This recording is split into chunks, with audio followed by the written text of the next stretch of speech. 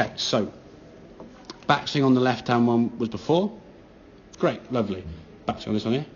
Lovely. Pretty much the same, maybe arguably a little bit more wristing on the right hand. For the most part, your backswing very, very good.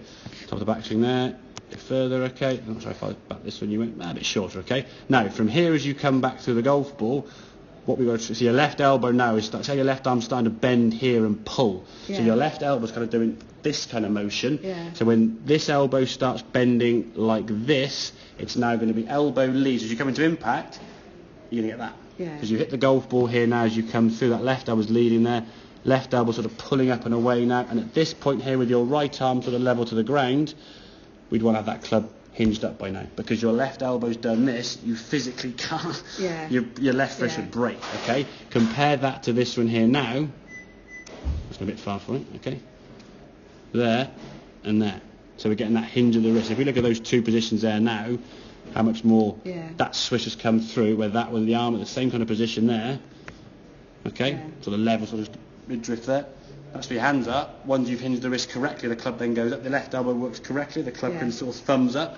Whereas this one now is more of a lift with the arms, and then how narrow that looks compared to how much wider that looks. Definitely. Okay? And I can feel it through there. Exactly. And that's where people, and again, when you then come down with that shoulder steeper and you bang in the ground, you're then going to go oi, as you head, and if you then try to miss that, you'll try and lift up to miss the ground, and that's when you top it, leave the face wide open.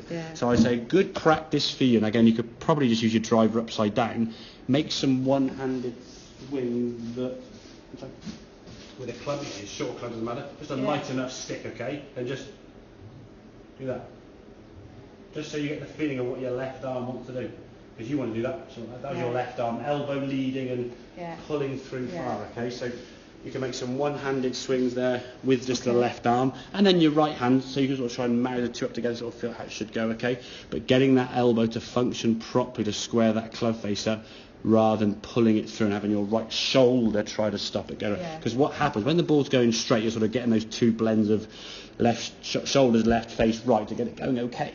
Then when one doesn't start working so well, the other one tries to work stronger to compensate, and then that's potentially where blobs or bad holes are going to come in. What have I done? Exactly, and that's it's just, you just mistimed a compensation. And when you're swinging the club at 67, 68 mile an hour, and you're trying to compensate, imagine driving a car down the motorway at 70 mile an hour and trying to compensate the tyres going this way, and you're trying to you'd be all over the place, wouldn't you? So just get that elbow working better, and that in some ways is for all shots, right through the bag in terms of your pitching. If you're pitching a ball with a swing that length, same sort of motion with that left arm, okay? And again, all kind of ties in with the hands working down and up this way, not going out here, left arm doing this and leading and being stuck there. Trying to play flipping rounders again or something. Yeah, in some ways, but again, it's more kind of that sort of that motion there, and the elbow sort of leading here rather than the hands going down, up and under. Make sense? Yeah, excellent.